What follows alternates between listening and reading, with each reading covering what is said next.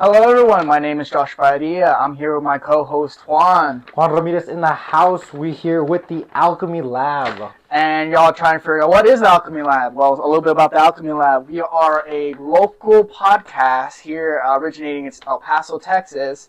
And a bit about it. Would you like to explain a little about it, Juan? Well, in this podcast, it's all about where creativity meets philosophical questions, current state of events, and in 3 ways this series is going to break it down. I don't know if my co-host... Yeah, I got it. We're going to break it down into 3 segments. They're pretty simple: local, state, and of course global. And we're just going to go through these segments and give a little conversation going. We have some topics here. We have it all written down here. We have a little script here, and we're just going to go through all the topics and discuss and see how we feel about these questions. Yeah, definitely. Well, we're starting in the most local part of the town in El Paso. If you're from 915, you might be hearing about this. These current events go on every day. Not every day, but we do have a big event that is happening this weekend. By the time you guys see this, it will probably be already past. It's just a weekend. It's already starting today on a Friday. It is April 11th. Yes. The time of this airing might be the video might take some time, but we'll try to push it probably by this weekend. Yeah, this Monday that's coming up for sure. So the local one, the topic for today, this segment is going to be the El Paso Comic Con. And you guys have gone in the past few years. At first, for me, I remember the first few times I went, it was a little small. El Paso was growing. It was small a few times. I left for college. When was that? What year was that? That was 2019. I graduated, so maybe like 2018. Oh wow! Okay, so you got it before the pandemic. Okay, yeah, that's pretty the peak of it. Okay, yeah, definitely. So when Comic Con happened, I would go just to check it out. I like anime. I'm really into Dragon Ball Z. That's like, you ask me anything, that's all my stuff. But I remember going, it was small. And now I hear it's huge. There's a lot of voice actors going. Lots of, favorite artists in the anime and cartoon section. True. Yeah. Well, I haven't gone to a Comic-Con. Just in general, what I've seen, it's pretty amazing. There's a lot of different actors and talented people that show up, and a few that are coming out, especially for El Paso, is Vincent De Niro and Sean Gunn. I saw they on their social media and on their Instagram, and so it's gonna be fantastic seeing them if I ever do go. Yeah, I haven't looked into tickets, but I'm hoping maybe this weekend I can figure something out. Yeah, so definitely, we'll see for sure. But I'm hoping to see a lot of cosplay, because I think people here really wanted that scene, especially it's so hard to figure out how to find it because you have to go to big cities. You have to go big cities. You definitely have to go to big cities, and definitely seeing it out here and seeing the people put the work in, it's really cool. It's really beautiful how the community comes in and makes it as big as it is, because there's a lot of people that do like these events, and you see it more prominently based in, like we mentioned earlier, big cities: Dallas, Houston, New York, LA, like those places, and even across the world, right? But here, now that it's happening locally, it's exciting to see how big it's growing. But like how you mentioned, Sean Gunn was going, and I looked at this guy. We were at the gym, and I was like, "Is that James Gunn's brother, bro?" And he's like, "Yep." Yeah, it was. I was shocked too. Christopher Sabathis also coming. Vegeta. Oh yeah, dude! I thought it was crazy. I just remembering that. For sure. That's cool to see, but. Will we be making any appearance? Is that the question? We're just going to try and go through the segments, but definitely. How you feel? Would you end up going? I would like to go. I just have a lot of weekend stuff that's going on, but it's exciting to see what the local flavor of the community is gonna feel like during the weekend downtown area. I'm sure there's gonna be a lot of cosplays. I know for sure I've already seen a couple Spider-Man going on social media. That's always awesome to see. I love Spider-Man and Marvel. So we'll definitely see that remixing of identity. We'll see that maybe a Selena, a Jedi, a total Spider-Man maybe. Not only that, but I would really say that cosplay is a way to experiment with who we are. Because we really identify with some of these characters, right? I know for sure, like how I mentioned earlier, in Marvel, I love Spider-Man because of what he stands for. I love the classic. With great power comes great responsibility. Of course. That quote is like made that essential for who I am. So I know for sure I would remix my identity with those type of cosplays. If you were to see them, who do you think you'd go with, or who would you dress up, man? Oh, that's a good question, man. Who do you remix in your identity? Well, if I had a great budget, of course Iron Man, but Fire or Batman. That'd be pretty fun. But I don't know. It's a good question. I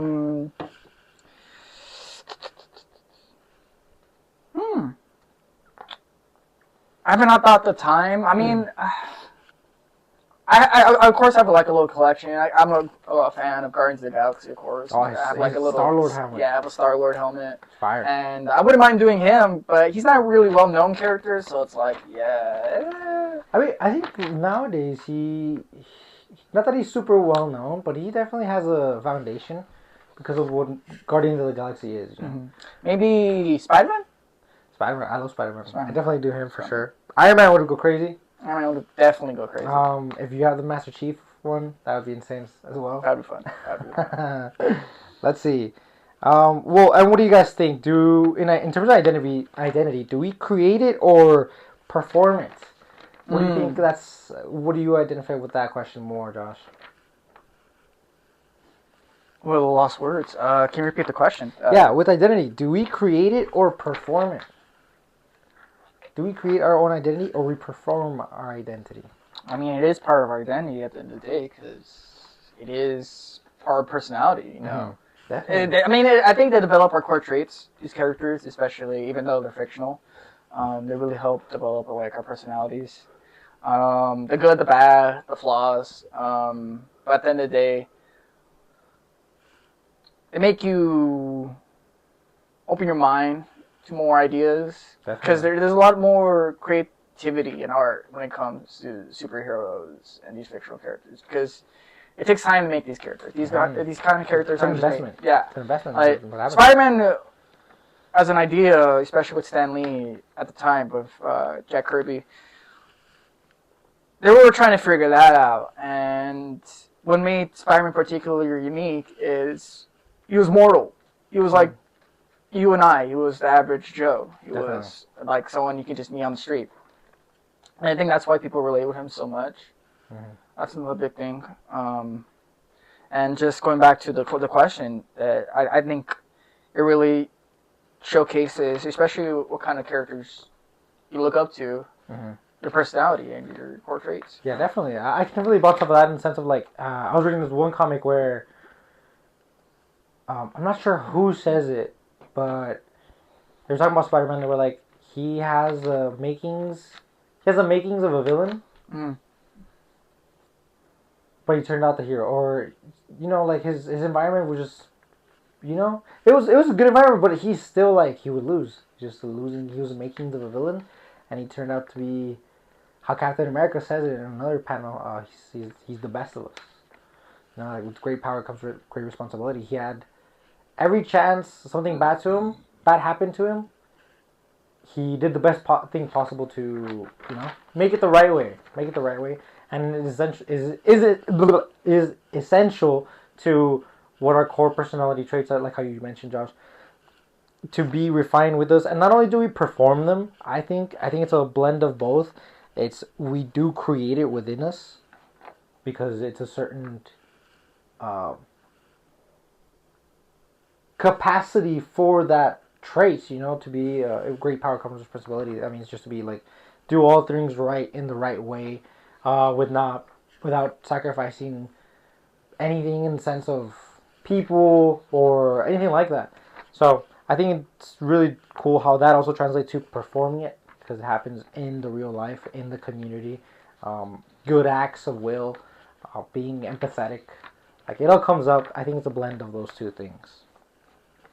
I mean, I couldn't say more truer words, man. Sorry, I didn't mean to interrupt. No, you're good. Sorry, audience. There's the computer over here. We had a little setup.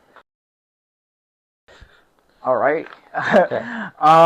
Let's see.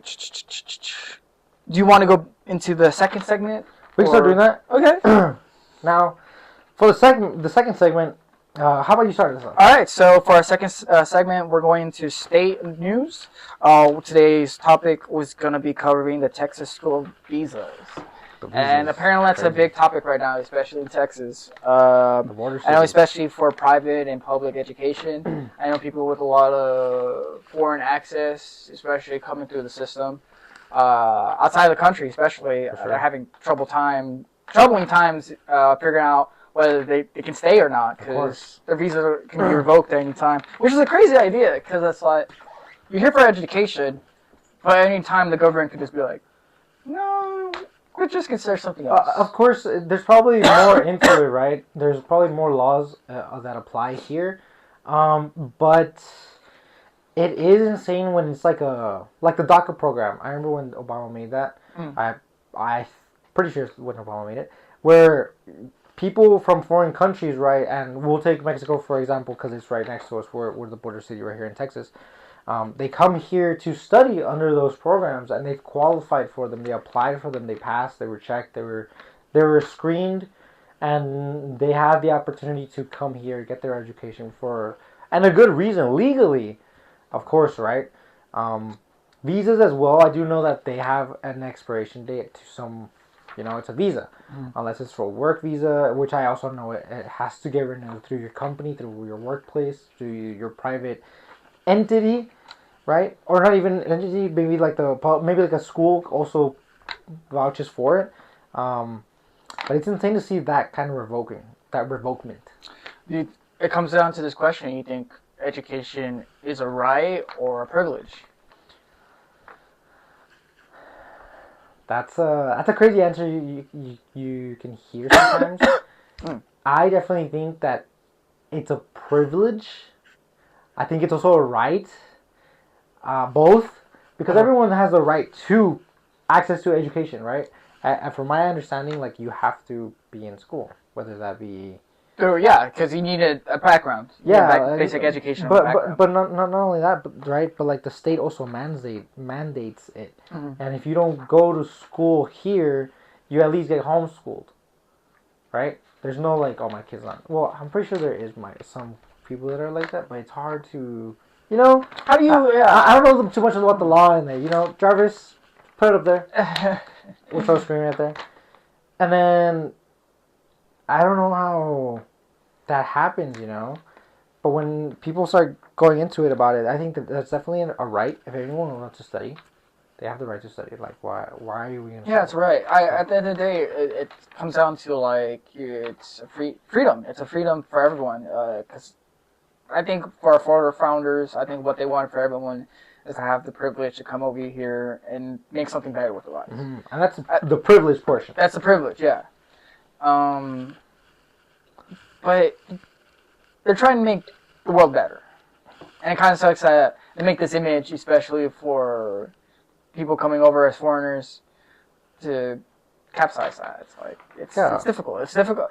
But I understand where it's coming from, because there's other related topics to why they're removing the visas, because it's relations to terrorist groups and stuff like that, and just foreign organizations that they just didn't feel comfortable with them being there. But, yeah, definitely right. But at the same time, like how I mentioned earlier, like these people that are screened, they run their background, because you have to go through your background check. Very tedious. Like it's background. I don't know. It's DACA, like you're taking foreign people over here to help them study, essentially, because they made really good grades. Like, you have to make really good grades to get there. You have to be probably a good standing as a citizen by themselves. Like, oh, you're not a felon, shit like that. To at the end of the day, like, be in school. Most, if not all the time, like that's what they're gonna be doing. I don't hear of any like people that work hard like that. If you apply for this visa, you worked hard at getting it. Like, you just don't give it to anyone. They just don't give it to anyone. You gotta, especially nowadays, the program into getting visas and papers themselves, bro, which is a whole different topic, is hard. Actual documentation. I mean, it's hard. It's a long line, and it's super slow. And even so, it's the system itself. Yeah. It's so behind. They're still using paper for what's it called for was it the IRS? Different topic. A different topic, but it was crazy. They're so behind in technology especially. So like getting this information as quickly as possible and try to validate, especially a visa, it's crazy. And it goes into another whole other topic with deportation, how people get spread throughout the United States, and That's they end been up going crazy. homeless, and then they end up doing crazy things. It's a crazy environment right now, especially in the border states. Yeah. Yeah, it's gonna get a little rougher, I think, before it gets a little bit better. I hear that some things are working, some things aren't, and we'll leave that topic at that. However, I do think in schools, another thing that is going on besides that, the visa stuff is.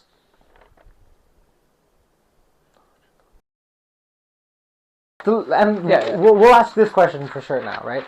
Like, what do you guys think of the purpose of school?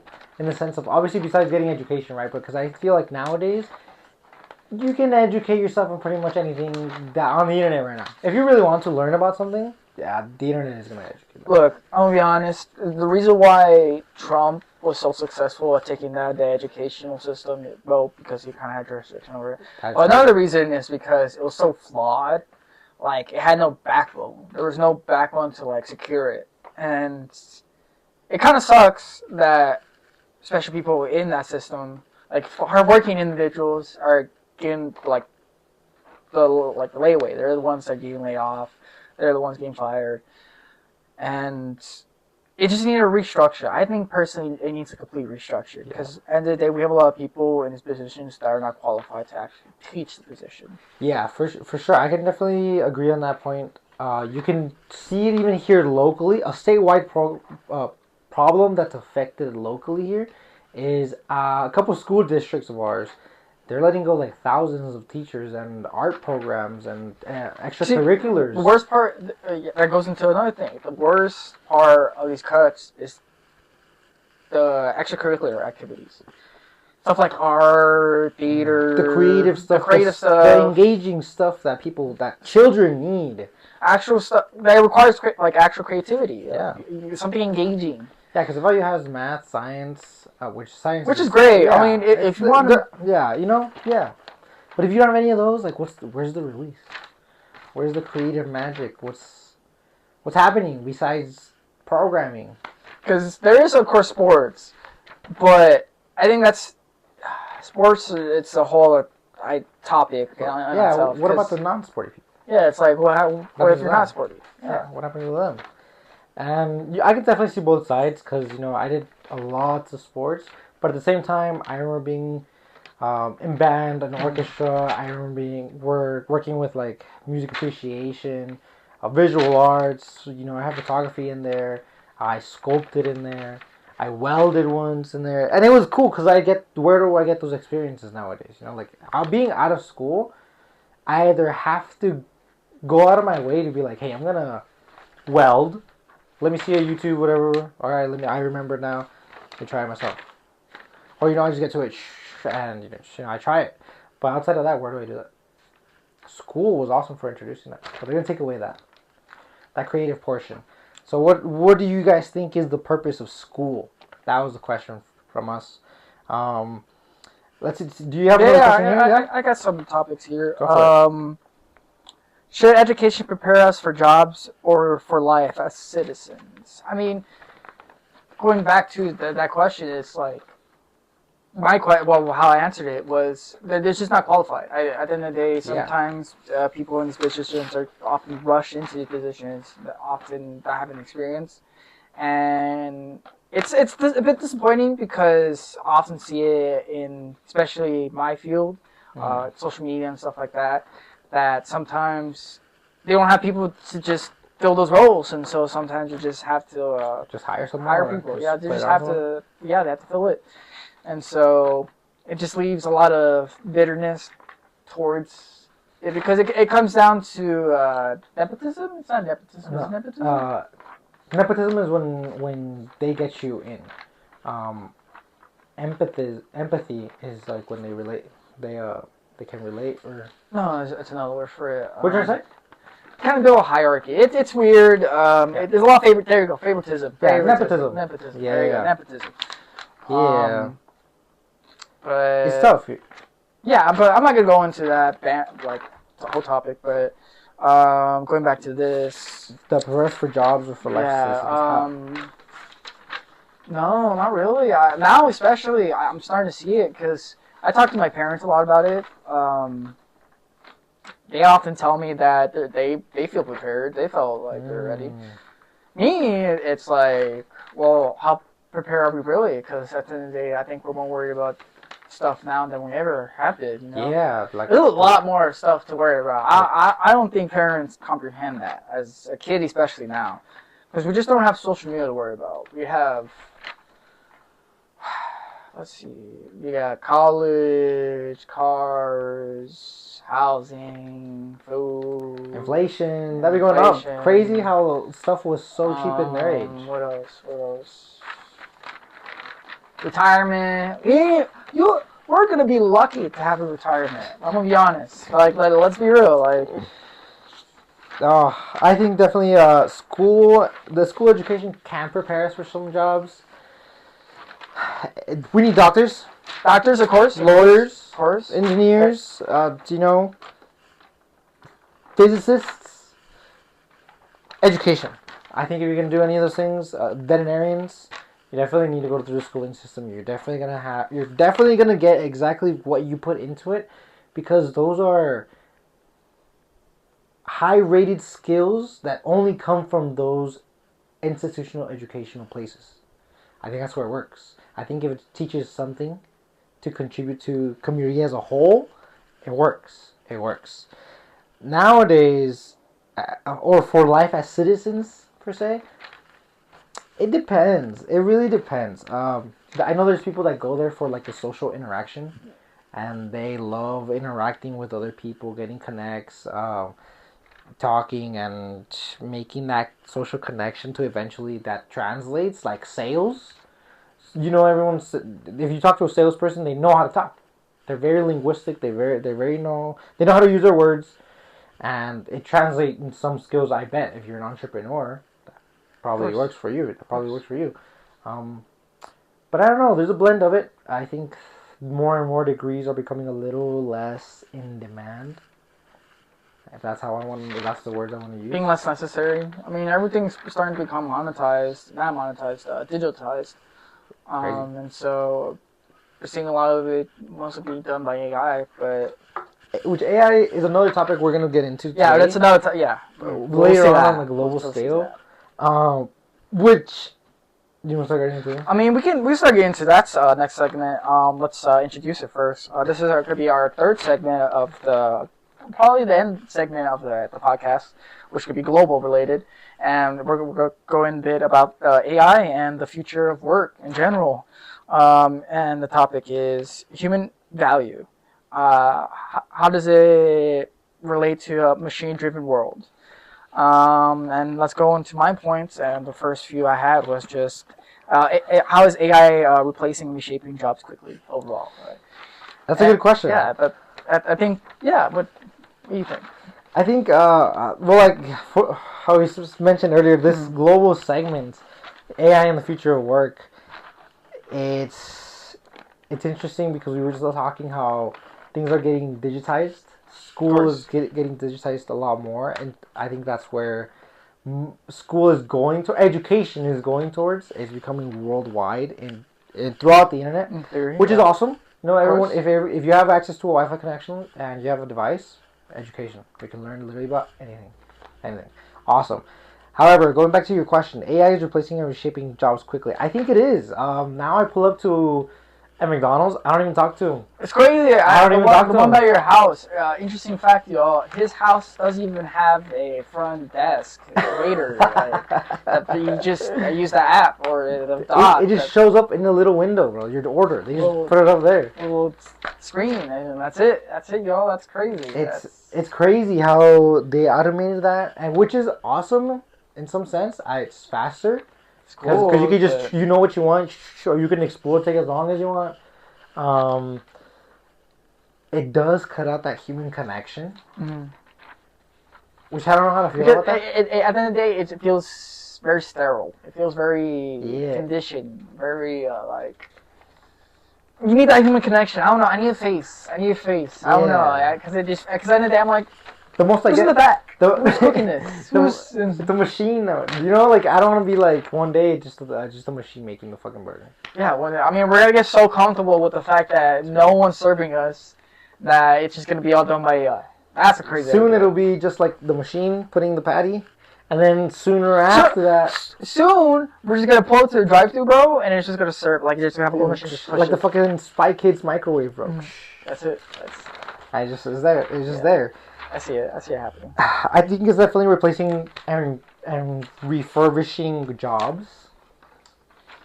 But I think it also goes into this next question that I have for that of course. is, can we redefine success away from productivity? Well, not even that. Are we living through the new industrial revolution? That's a good question. Sort of. I think we got at the peak. I think we're the last generation of which children grew up with toys. You know, I think we're getting the last of that. I mean, I'm sure there's stories. It's rare. It's rare now because it's so easy to please a children's like what's it called, patience with just technology. Because technology stimulation. It's about quick stimulation. Reels. The Cthulhu-like being. It's the algorithm, people. Wake up. And so there's no real creativity behind it. Because then it's all fabricated. It's all stuff someone else has made to satisfy those neural links. Like it's not your idea at the end of the day that you're creating, and like we're seeing that a lot with the youth, especially now, because everyone has phones. My nephew, my mom's side, he started using a phone, and he's like 7, 6. Crazy. I'm like, I mean, you can use a phone, I guess, if you need to call your mom or parents, but oh yeah, for sure. I just don't feel comfortable idea my kids having a social, especially an iPhone and stuff like that, because give them a flip phone, people. Come on. It's at the end of the day, social media. Social media is the issue at the end of the day, because I think it builds a wrong mindset in your mind of who people are and what the future is. Yes. Yeah, you have to experience reality as it is. The reality is what it is. Like, don't get it messed up with a screen. Especially AI, and especially in the future now. It's going to be crazy. That's what I'm saying. So, a lot of it can just fabricated. A lot of it can just be fabricated. And it's only going to get better, guys. The AI is going to get better at what it does because we're just feeding it. It's an algorithm that's learning. Well, now, let me ask you this, Josh, and the audience. If AI does your job, what do you want to do instead? I think okay. Go. I'm asking you. I'll just give it a second to think, but I think it's a pretty quick question answer. I think personally, people need to see the world a little bit more. I think we need to start re-innovating how we view national parks. I think we need to just go out. Be with your family. Do stuff. Connect with people. Go touch but at the same time, it's like, okay, how do you pay that? Well, you incentivize people to start Okay. Wait. The question is, if AI does your job, what do you want to do instead? Oh, I want to do this. Oh, vacation, of course. I was going to a whole other topic. My apologies. That's a whole other topic too, because like I think what can make Americans, especially households, great again, especially through the use of AI, is it can make us reconnect as people, because most of it just could be done by AI, and so we got to figure ourselves out, and what's the best way to do it? Through vacation, through people and socializing, actually doing projects with others. Yeah, like I think that human connection is very necessary. If it does the job that I'm doing now, which I am a case manager, I would want to be a neurosurgeon. That's what I'm going to school for. And if it does that job, just I don't know. Do some projects with other people, and sharing that. It comes down to, I think we have forgotten how to be creative, and so when those jobs are filled, people don't know what to do with their lives. Mm. Which is a crazy thing to think about too, because it's like, well, AI is doing my job, so what do I do now? So, Yeah, it's like, well, there's all this spare time, Mhm. I can automate my process now, and it's like, and if you haven't automated your workflow, if you're in a desk, and Oh, you're not definitely automate. I'm gonna be honest. yeah, It's very ignorant to not look at the practical tools you have now, especially with technology. yeah, exactly. You can't be ignorant to that. You can't be like, oh, I don't know how to use this phone. Oh, like, I don't know how to use this computer. Oh, what does this mean? It's like, Well, try and learn. Try and adapt to it, because that's the next learn thing. how to use it, because I think people tend to forget how to use it. It's like, Not only that, but eventually, what worked sometimes is not going to work forever. And I think that applies to everything in life, like in technology, it's just going to get better. And if you get stuck on the mindset that, um, like say computers and VR, it would be ignorant to say like, oh, computers have always worked. I'm just going to do it on the computer forever. And within like 20, 30 years, VR just fucking is like a crazy Google Glass. You just turn it on and it's just part of AR. Everything's just holographic, like, and you can do everything there in your environment as you're doing it. Like, how crazy is that? You're not confined to a desk anymore. That'd be ignorant to say, but of course that's way in the future. that's way in the future, but it's still a possibility now. Yeah, it's more of a possibility now than ever. Yeah, it'd be cool to learn. Hey, at least it's there. Technology's there. I'm sure it works for certain things. Like how we said, if you're not using AI to automate your office desk flow, if you can, try it. And you're going to end up with free time. That free time maybe is reinvested into you. But I think that does it for this question. You have another one? No, I think we basically went a pretty deep dive into the topic. I think we covered most bases and all of our points. We can kind of go into our outro. And so we just have some outro points here too, and we'll just go through them. And yeah, you want to start first? And Yeah. So from cosplay to classrooms to code and AI, today was about change and identity. Mostly tied to philosophical questions in the sense of does AI do what you do now? If it did that, what would you do then? If you have all this free time, if you were cosplaying, who of those superheroes, supervillains, if that's who you are, guys, how do they relate to your identity? How have you contributed this personal superhero villainous traits onto society? Let us know in the comments as well. What else? AI. Maybe it's the next big thing. we'll see. We'll see how it turns out. Elon, stay on it. Please. We're just trying to figure out who and what the world is and what our place in the world is. Anything from you? Let's see. We're all figuring out who we are in a world that won't sit still. Just a little quote to end the podcast on. Just a little of something for the audience. What superhero would you invent for the world today? Someone that's needed nowadays. Yeah, maybe it's not the Hulk anymore. Maybe it's not Thor or Iron Man. Maybe it's you. Maybe it's you. Maybe. Yeah. But at the end of the day, I think it comes down to who you are as a person, and maybe it doesn't come down to just your skills, but who you are deep down. Definitely. Well, I think that will be all for today, audience. Remember, this is the Alchemy Lab, place where we talk about philosophical questions, how they relate to creativity, to the next thing, and to the current segments that are local, state, and global. Thank you for following us. Please follow, subscribe, share, comment. Let us know what you guys think. All right. And to Keen off, he said, just follow the show, y'all. Share your thoughts in the comments, and we'll catch you next week for the next following episode. Stay tuned, y'all, and we'll catch you next time. Peace.